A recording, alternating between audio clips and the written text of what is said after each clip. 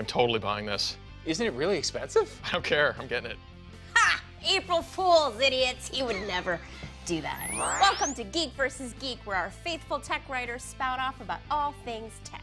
Dave is our editorial director of eHow Tech and author of 3 dozen books. Rick writes about technology for CNET, eHow, and elsewhere. He's also the author of The Cheapskate Rules, 21 Easy Money-Saving Tech Secrets. Time to get serious. First up, we've got our segment, Worth It? Our first order of business is fitness bands. You know, those wearable gadgets like the Nike Fuel Band or the Fitbit. Are they worth it? Dave, you're wearing one, so I'm guessing you're saying yes. Yeah, so I've got a basis on right now, and there's the question about not just am I wearing it, but is the whole class of products, Fitbits, Fitbugs, Nike Fuel Bands, are any of them worth it? And do they have long-term value, or are they something that you buy, you wear for a week, a couple of months, and then you just leave it lying in a closet somewhere? And I think that's really the key question about the long-term value, because anecdotally, people I know who have purchased these devices, they kind of use them hot and heavy for maybe a month or two, and then they realize that it's maybe not worth the hassle of keeping them charged and keeping them synced, and the return that they're getting is not really doing much for them. So I think there's kind of a honeymoon period, and then they kind of just lose interest. I think it depends upon the one you choose to get. Some have better software than others. That's, you know, I hate to always keep talking about how awesome the basis is, but I really do like this thing because it gives you a whole bunch of different things to do. So even if you're not like staying totally on track over the course of the week, if you do some of them, it encourages you to keep doing more. Like today, there are probably easily half a dozen, like little mini tasks. Wake up on time, walk 10,000 steps during the day, go for a morning run, an afternoon walk. And if you do each one of these, you get credit and it encourages you to keep working at it. If you are already either in shape or on your way to being in shape and you are the kind of person that's inclined to exercise, it's kind of like preaching to the choir. You're probably going to wear one of these. But if you're totally out of shape, like Rick, and you're not inclined to exercise or treat your body right, then it's an uphill battle to wear it and consistently use it. What's the price point on these? Because I think one of the biggest things is the price point, because you can buy a pedometer for $1. Yeah, you know? The prices for these range anywhere from about $50 at the low end to, I think this is probably the priciest one. It's $200. And when I buy a gadget, I make sure it is the most expensive product in its category, really. Otherwise, why bother? That's how he justifies the worth, because I spent a lot for it. Yeah. I'm not sure that they've cracked the code yet to come up with like kind of the ultimate device that does everything that everybody needs or wants, and especially at the right price. You know, $100, $150 for something like this is not out of the question.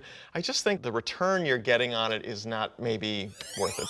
Well, the bottom line, it looks like Dave says totally worth it. It's going to improve your health and your quality of life. Rick says it's a little bit pricey for what it is. Welcome to today's topic. It's a battleground of ideas, like Mexican wrestling in English. And believe me, I have been trying to get these guys to wear those fun masks for years. Today's topic, screen time for kids. How much should they get and how much is too much?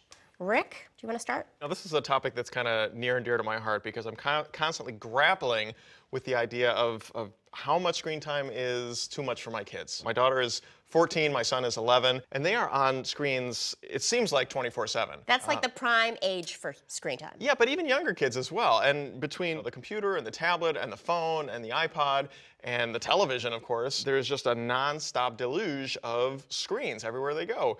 And I just really am grappling with whether or not this is a wholly positive thing, a wholly negative thing, somewhere in the middle. You know, as a parent, I don't want my kids to just constantly be glued to a screen and not able to interact with other people. Well, aren't you kind of overreacting a little bit? I mean, every generation goes through this. Back in the 30s, parents thought, no, I'm sorry, I read. I apologize that I know history.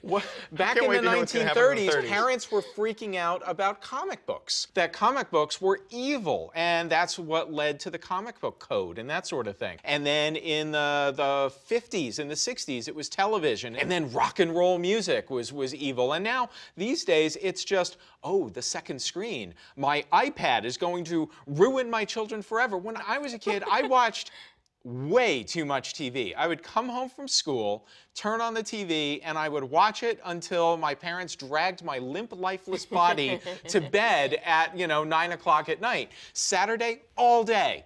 Cartoons and monster movies and that sort of thing. I hear what you're saying, and I too am the byproduct of probably way too much TV and the Saturday morning cartoons and the whole 9 yards. In fact, when I got my first computer, an Apple IIe, I was glued to it. I used it all day, every day, it seemed like. How did you use your Apple IIe versus how are your kids using their iPhone, iPad, computer today? Obviously, you can do exponentially more today with any computer than you could back in my day.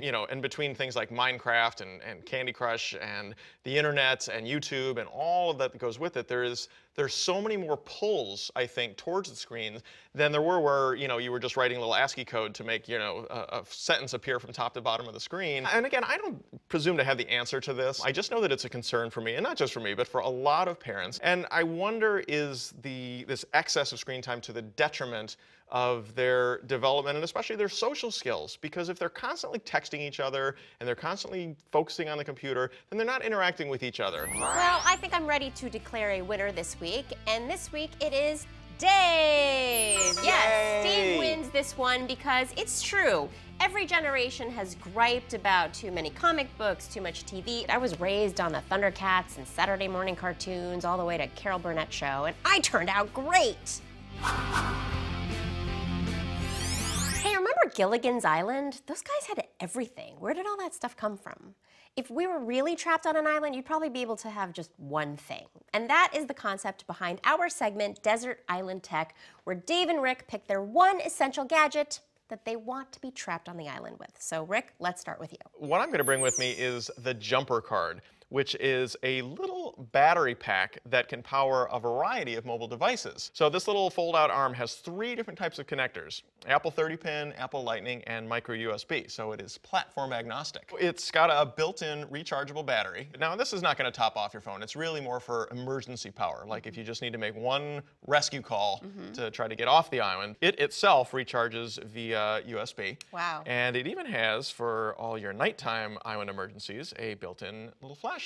Wow. And as you can see, it's thin enough that it can go, they say, in your wallet. It'd be a little thick for a wallet maybe, but it could easily slip into a purse or a pocket or whatever. You'd barely know it's there. And boom, you got a little emergency power when you need it. This is actually a Kickstarter project right now, although it should be close to shipping, if not already. And I believe it's going to be selling in the neighborhood of like 25 bucks. So it's not like crazy overpriced. It's something you kind of just grab. That's a pretty good price. Yeah. The only downside of something like this is the battery capacity is very limited. It is limited. And as I said, it's really intended for emergency power, just to get you through like a couple of phone calls, a couple of text messages, the last few minutes of an episode of Sherlock, that sort of thing. What I've got this week is going to blow your mind. The single most practical island item ever. The 3Doodler. All right, now it has a weird name, but you can think of it as, it basically looks like a glue gun. And it is kind of like that because you take plastic and you feed it through the back and then it comes out melty on the front end. But the difference is it's like a 3D printer you hold in your hand. You press this button and when you hold it down, the plastic comes out in a stream and it cools and hardens almost instantly. And that means that not only can you draw things on a flat table or on a piece of paper, you can make things in 3 dimensions. So this costs $100, which is so unbelievably cheap. I was telling the folks that sold this, they're giving it away too cheap because people that want a 3Doodler would probably pay twice this price for it. Well, that about does it for us here at Geek vs. Geek. Thanks so much for watching. What do you guys think of the show? We want to hear from you, so let us know on Facebook, Twitter, or email, and we will see you next time on Geek vs. Geek.